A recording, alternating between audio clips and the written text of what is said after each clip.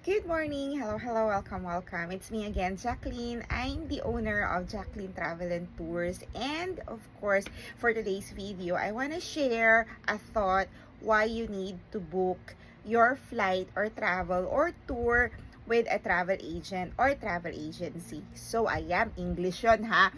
So, ibigay ko konting mga importance lang or reasons, no? Kasi limited yung time natin. So, first, travel easy.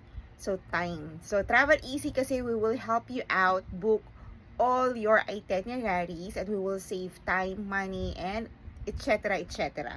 Second, of course, schedule itinerary. Meron kayong mga schedules na you don't have to worry to book um, the day. Okay? So, sa mga travel techie, syempre, madali na yun sa kanila. But if you're first time to travel, if you don't know how to book everything about hotels, airfare, or the itineraries na pupuntahan nyo doon. Siyempre, pagpunta nyo doon sa isang lugar na yun, marami doong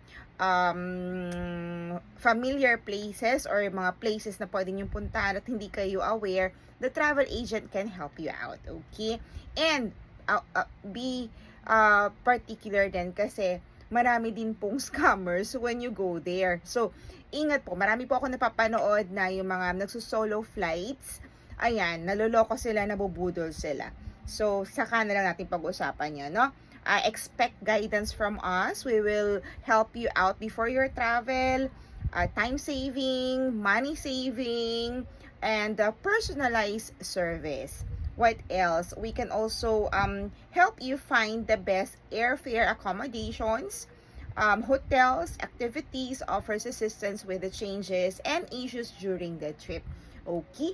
So, ayun, medyo marami namang advantage ang pagbubuk sa travel agency, but I can also make another video to help you out. Okay? So, thank you for watching my video. Have a great day, everyone. Good morning.